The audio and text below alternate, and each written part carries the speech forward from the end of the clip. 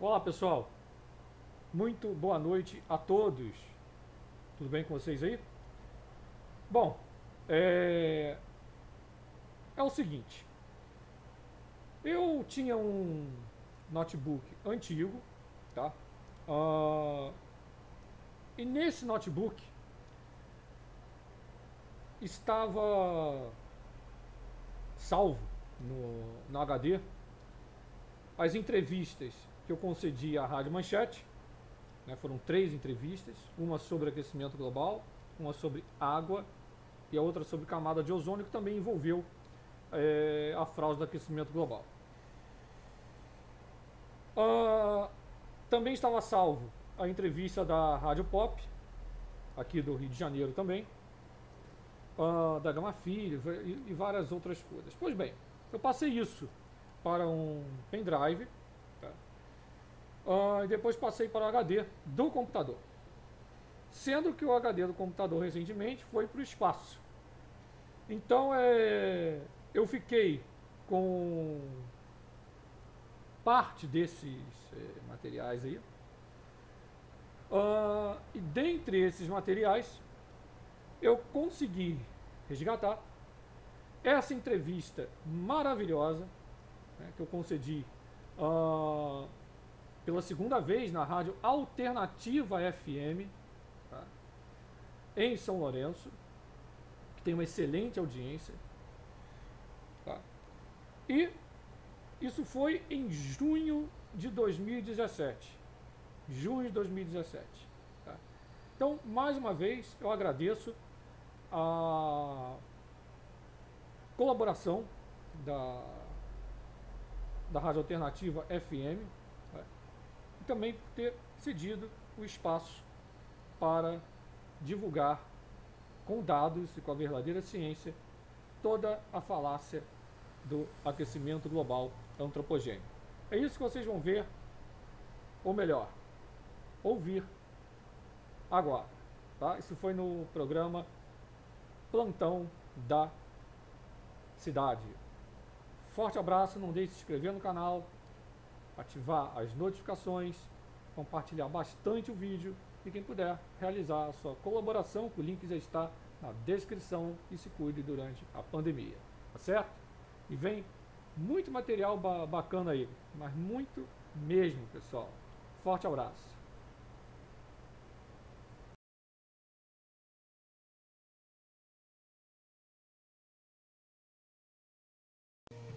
Bom, são 12 horas e 30 minutos. Nós estamos recebendo aqui nos estúdios da Alternativa o professor Igor e vai falar para a gente sobre aquecimento global. Segundo ele, é fraude.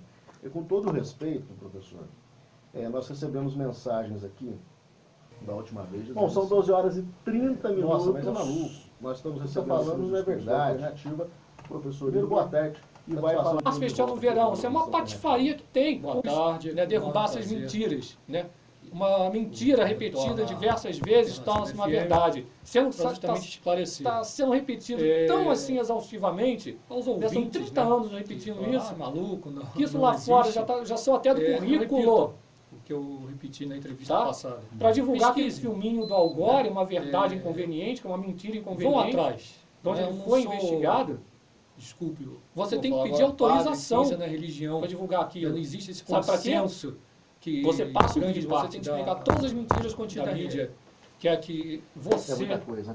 Professor, muito obrigado. Em casa, acredite. Não é isso. Muito obrigado pela sua presença aqui. Então, tem alguns destaques aqui João, bora? Para a gente iniciar essa entrevista. Com a apresentação de Pablo, dia 24 de junho de 2017, o Plantão que volta amanhã com boa noite, sua nota de sugestão ou elogio. Ondas de calor extremo se tornam mais recorrentes e intensas.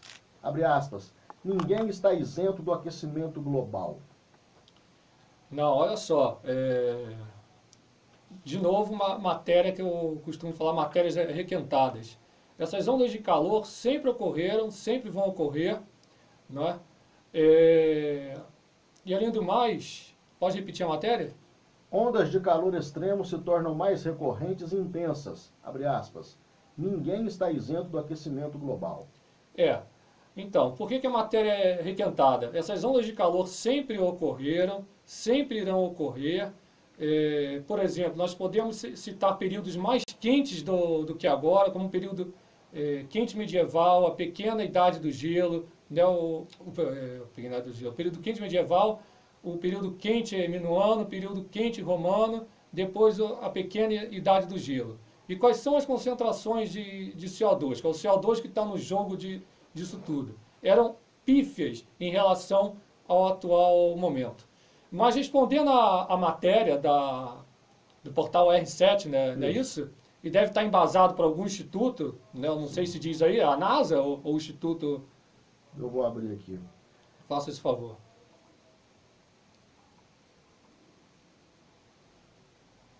Porque só manchete se fica muito vago. Aqui reprodução do Norwegian Polar Institute. Então, é uma maravilha isso. Esses dados, eles provêm de modelos de clima global. O que é isso? Não é? Eles não colocam nenhum fator natural. Eles colocam somente os fatores antrópicos, adulteram esses dados para gerar um suposto aquecimento causado pelos humanos.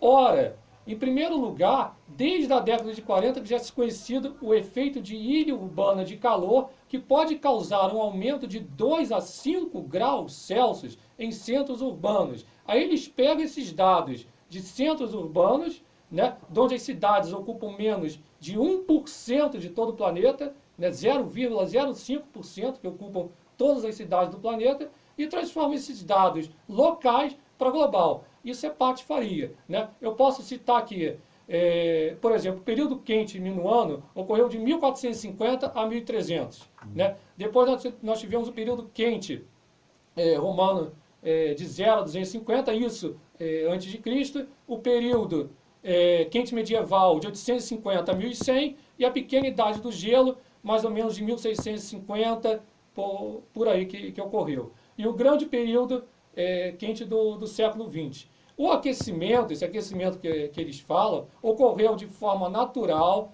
entre 77 e 98, por causa do Super El Niño, onde esse Super El Niño, em 1998, só ele sozinho, só um El Niño, que é uma causa natural, mais 0,8 graus Celsius. Quer dizer, isso é patife. O período quente medieval foi de 1 a 2 graus Celsius mais quente do que agora. Uhum. Né? Nós tivemos variações, por exemplo, no período Holoceno, entre 10 a 12 mil anos atrás, de 6 a 8 graus Celsius em 100 anos. Aí o cara vem me falar, não, porque está tendo um aquecimento de 1 grau Celsius, e baseado em modelo de clima, onde esses modelos de clima têm erro padrão, desvio padrão, de mais de 1 grau. Né? Esses modelos de clima não trabalham com sol, não trabalham com nuvens, que são responsáveis pela metade do albedo planetário, não trabalham com oceanos, não trabalham com vulcões. Então eles trabalham com o quê? Somente com CO2 e com metano. Só trabalham com a ação humana. Então assim é fácil aquecer o planeta. Ok. A onda de calor que atingiu o hemisfério norte nos últimos dias é um fenômeno que deve se multiplicar nos próximos anos e trazer consequências graves. Quem diz isso é uma pesquisa da revista Nature Climate Change. Então, novamente, é a mesma resposta. O que acontece? Eles pegam a notícia sem embasamento científico algum, ou seja, eu repito, quem faz a afirmação é quem tem que provar. Eles não provam nada. Eles colocam essas matérias catastrofistas, esses alarmismos, né? Esse é um alarmismo climático, um catastrofismo climático que foi criado, sem embasamento científico algum. Né?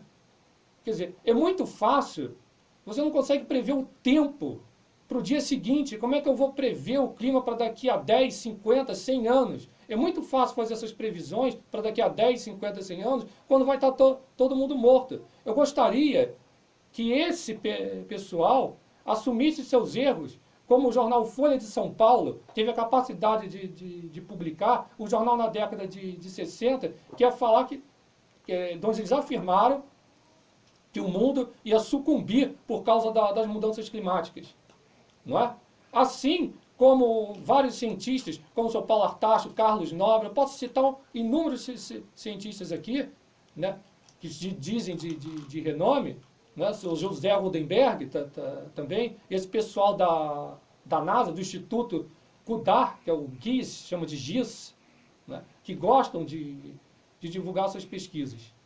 Né? Ou seja, quem faz a afirmação é que tem que provar. Eles não provam nada, eles só ficam em modelos de clima global, eles não saem de uma hipótese fraudulenta. Né? Se é o CO2 que controla o clima, que é isso que eles afirmam, venham e me mostrem, e não fiquem só em hipóteses. Está entendendo? A ciência você tem que ter a comprovação. Sim. E não a hipótese. Não você ficar baseado em modelos de clima global, ajustando os dados, como os milhares de escândalos que basta o nosso ouvinte acessar a internet e pesquisar, que ele vai achar, não precisa ser cientista, não precisa ser professor, para você ver os milhares de escândalos e dados fraudulentos. Ao ponto de ajustar os satélites, ajustar os dados de satélite. A NASA fez isso em 2015, 2016. A NASA, quero dizer, esse instituto, o GIS, eles fazem isso, eles adulteram, justamente para gerar um falso aquecimento. É isso que eu quero que o nosso ouvinte entenda. Aí começa a divulgar essas pesquisas. Eu tenho 38% de confiança que vai ter um aquecimento. Porque daqui a 50 anos o nível do mar vai subir. Tá, então você pega esses modelos de clima global e justamente faz igual que o Instituto fez recentemente. Já que o modelo de clima global é tão bom, então vamos ver se ele consegue acertar o que aconteceu no clima passado. Errou tudo. Professor, a que se deve o derretimento das geleiras? Ela acontece de maneira natural? Sim, de maneira natural, isso já é bem conhecido, né? Principalmente no Ártico. Eles adoram o Ártico, né? Por quê? Porque o Ártico é uma fina camada de gelo, um oceano congelado, né? De 2 a 5 metros, diferente do continente Antártido, né? Da Antártida, né? Que tem mais de 3 quilômetros de espessura de gelo. O que acontece no Ártico? Por causa de um ciclo nodal lunar, quando esse ciclo nodal lunar de 18,6 anos atinge o máximo do seu pico, para o nosso ouvinte entender, retira mais calor dos trópicos, né, para os polos. Essa água mais aquecida, em torno de 0,7 graus Celsius, entra por debaixo desse gelo flutuante, né, derrete, né, justamente aquela parte dele ali, e justamente é o que você vê, essas imagens também de arquivo, justamente lá em cima não aguenta, aquela parte aérea não aguenta, desmorona. Para o nosso ouvinte entender. Porque até no verão as temperaturas ali são bem negativas. Né? Por exemplo, você pode acessar agora, eu vou falar bem aportuguesada, o Crowsfare Today, e você pode acessar, nesse momento, como está o Ártico. Né? Você pode acessar, por exemplo, dados da Groenlândia, nesse exato momento, acessando o Summit Camp. Pode jogar no Google, com 2 M's, Summit Camp, /webcam. Vai estar lá a temperatura e vai estar a estaçãozinha meteorológica lá. Ontem estava entre torno de -9, -10 graus. Lembrando que aqui, quando é verão, lá é inverno, e vice-versa. Quando aqui é inverno, lá é verão. Ao ponto de, no final da primavera agora, estava com tanto gelo que uma expedição foi para o Ártico agora e ficou presa. E eles acusam também que é o aquecimento global, que está mudando as correntes, essas idiotices todas, essas patifarias, sem base científica alguma. Só esse ciclo nodal lunar, que é conhecido desde 1956, pode causar variações no nível, entre aspas, né, no nível do mar, ali no Ártico, de 6 centímetros. Quer dizer, isso é patife. Eu estou falando de causas naturais que causam essas alterações que já são conhecidas. Então, a ciência das mudanças climáticas, ao invés de eu realizar a boa e velha ciência, não. Eu pego os dados, adultero os dados e coloco justamente o resultado que eu quero para eu ter o financiamento garantido para as minhas pesquisas. Qual a verdadeira história do buraco na camada de ozônio? Essa historinha do buraco da camada de ozônio, o maior estudioso do ozônio foi o Sr. Gordon Dobson, tá? Justamente entre o ano geofísico internacional, entre 57 e 58, estendido até 59, e o que na realidade ali, o que existe se chama anomalia do ozônio. Não existe essa camada, não existe camada de ozônio, o que existe são nuvens ozônicas. E ele descobriu, inclusive, por exemplo, antes dele, lá pela década de 40, o Sr. R. Pindorf, ele fez várias medições e identificou variações de mais de 1000% nessas nuvens ozônicas, de onde desaparecia. O que eu acho engraçado, né? Eu repito que isso não é... A gente não está falando aqui só de ciência, sim de política. Os gases refrigerantes de CF6 que eles acusam que destrói a camada de ozônio, e isso foi totalmente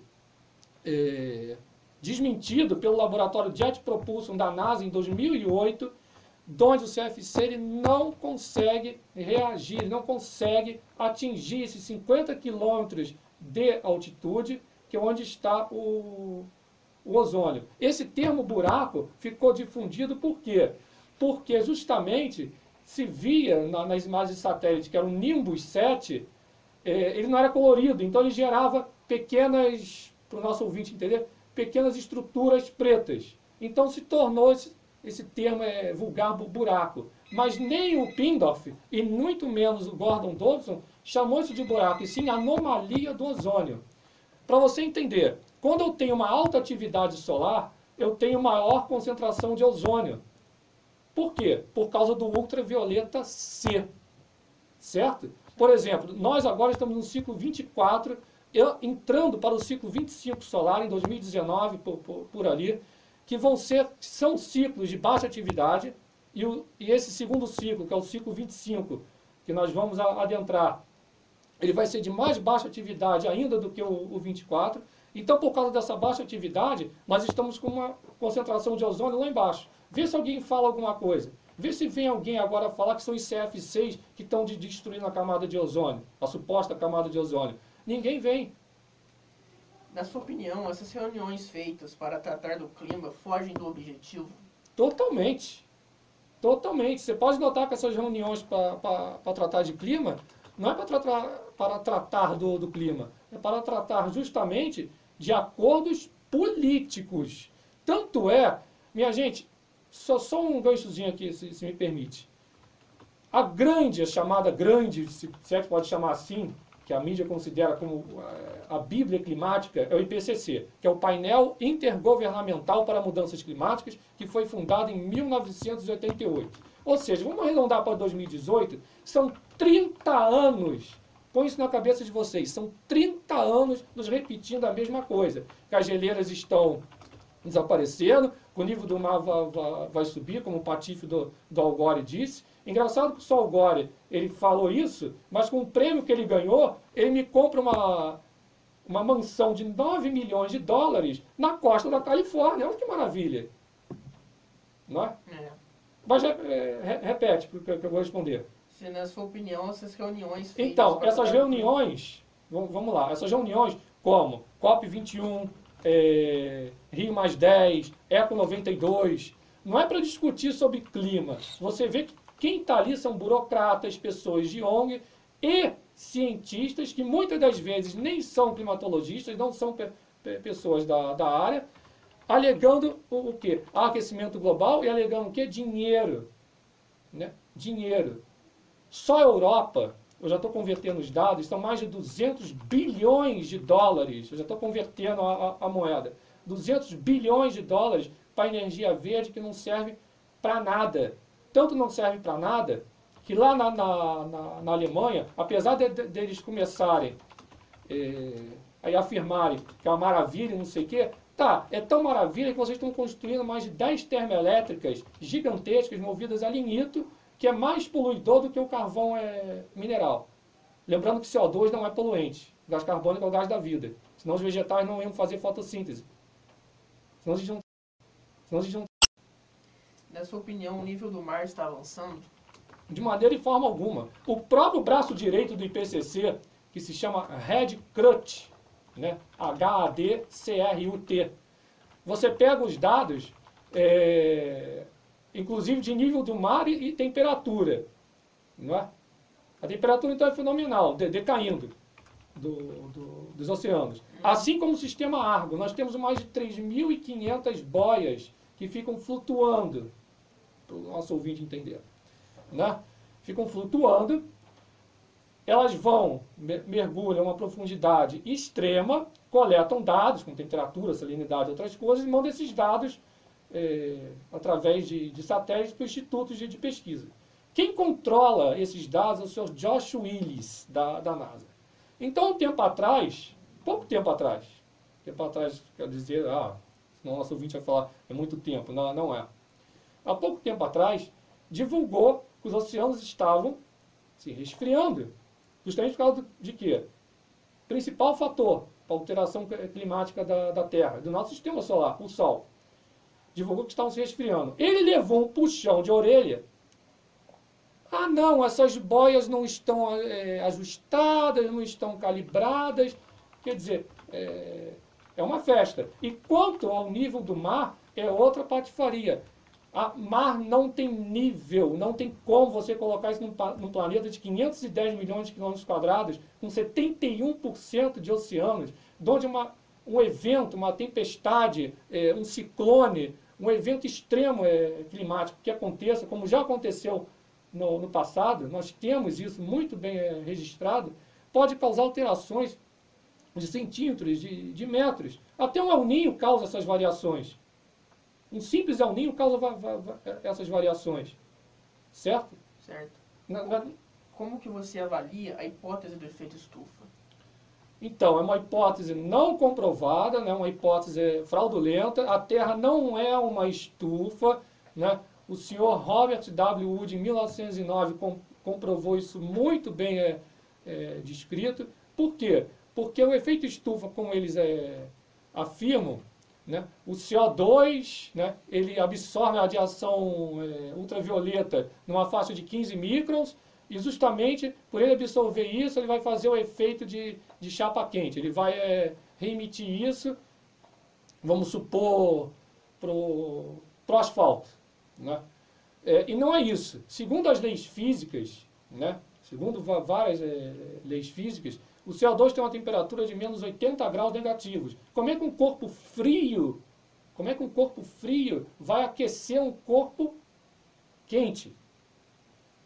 Né? É justamente ao contrário. Além disso, o planeta Terra ele permite trocas de massa e energia, ou seja, ele permite as trocas de calor. É a mesma coisa quando você está dentro de um carro fechado, a sol a pino. Quando você abre o carro, o que acontece? Você dá lugar ao ar frio que está lá fora, ao ar mais frio que está lá fora. Princípio de convecção. Certo? Certo.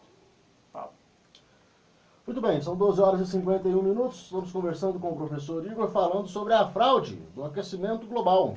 Plantão da Cidade vai um rápido intervalo e na volta a gente continua batendo papo falando sobre esse assunto. Você pode mandar as suas perguntas ou as suas dúvidas pelo WhatsApp 988007080 para o professor Igor e ele esclarece para você. E você vai saber também, juros do cartão de crédito caem ao menor nível em 2 anos. E a equipe de técnicos vai aos Estados Unidos discutir carne brasileira. O Plantão da Cidade volta em instantes, aguardem. Você é o Pablo, não é isso? Isso. Então, Pablo, quando voltar, justamente eu vou falar que eles só sabem divulgar as notícias das ondas de calor, mas ninguém fala das ondas de frio. Ondas de calor e ondas de frio, isso não quer dizer nada. Isso não quer dizer uma mudança climática. Mudança climática está muito além disso. Mudança climática, em primeiro lugar, está em fatores paleoclimáticos, fatores geológicos. Justamente que pode ter ficado meio confuso, né? Senão eu poderia citar aqui, por exemplo, os recordes de gelo que a mídia não divulgou na Antártida. 2013, 2014, 2015. Onde em 2015, a Antártida é um continente de 14 milhões de quilômetros quadrados, chegou a 20 milhões de quilômetros quadrados de gelo em 2015. 12h55 na alternativa, a gente continua conversando aqui com o professor Igor, e que contesta com toda a convicção de que o aquecimento global se trata de uma fraude. Com toda a base Com toda a base. né? Muito bem. Nós temos aqui fala-se do calor, mas não fala-se do frio. Uhum. Tem base também? Tem base também. Olha só, para a pessoa de casa entender, pode falar eventos extremos. Se eu falar para a pessoa de casa que o Rio Amazonas já secou em tempos passados. Foi o aquecimento global causado pelos humanos, cerca de 4 mil anos atrás. Cerca de 15 mil anos atrás, a Amazônia sendo praticamente uma savana, foi o aquecimento global. Eu podia mandar o portal R7 também para publicar os 3 recordes de gelo seguidos na Antártida, 2013, 2014, 2015, com temperaturas de menos 74 graus Celsius. Sabe o que eles fizeram com essa estação? Mandaram fechar, porque os dados não convêm. Depois da queda da antiga União Soviética, o número de estações meteorológicas no globo todo caiu mais de 70%. 70%! Você não tem nem como medir. A maioria desses dados que dizem que o planeta está aquecendo provém de cidades da América do Norte, onde se sabe que a América do Norte é bem quente. E justamente pega esses dados, adoro pegar esses dados do verão. Está entendendo? Sim, sim. É assim que funcionam as coisas. Desde 2015, a Antártida chegou a 20 milhões de quilômetros quadrados de gelo. Né? Então, mostrar coisas resfriando, não quer dizer que é aquecimento global, causado pelos humanos, ao mesmo tempo que mostrar coisas aquecendo, ondas de calor. Por exemplo, eu posso citar ondas de calor aqui do tempo... posso exagerar? Pode exagerar. Então, vamos lá. O tempo antes de Cristo. As chamadas cidades-estados, aquelas cidades-estados, né? Você está falando daqueles filmes, eu posso me lembrar daqueles filmes, Egito, Grécia. Sim, pode se lembrar, sim. Eles mudavam até de quarto, de acordo das estações do ano, de acordo com as mudanças climáticas da época. Nós estamos falando de um planeta de 4,7 bilhões de anos. Nós já tivemos eventos tão extremos quanto o de agora. Por exemplo, não tão recente, em 1723, nós tivemos uma seca horrorosa no Nordeste. Uma das maiores secas do Nordeste foi entre 1877 e 1879, morreram mais de 500 mil nordestinos. Quanto de CO2 o homem lançava na época? O temporal é quanto? Menos de 12%. O temporal na Serra das Araras, na década de 60, com milhares de mortos, mais de 500 milímetros. Né?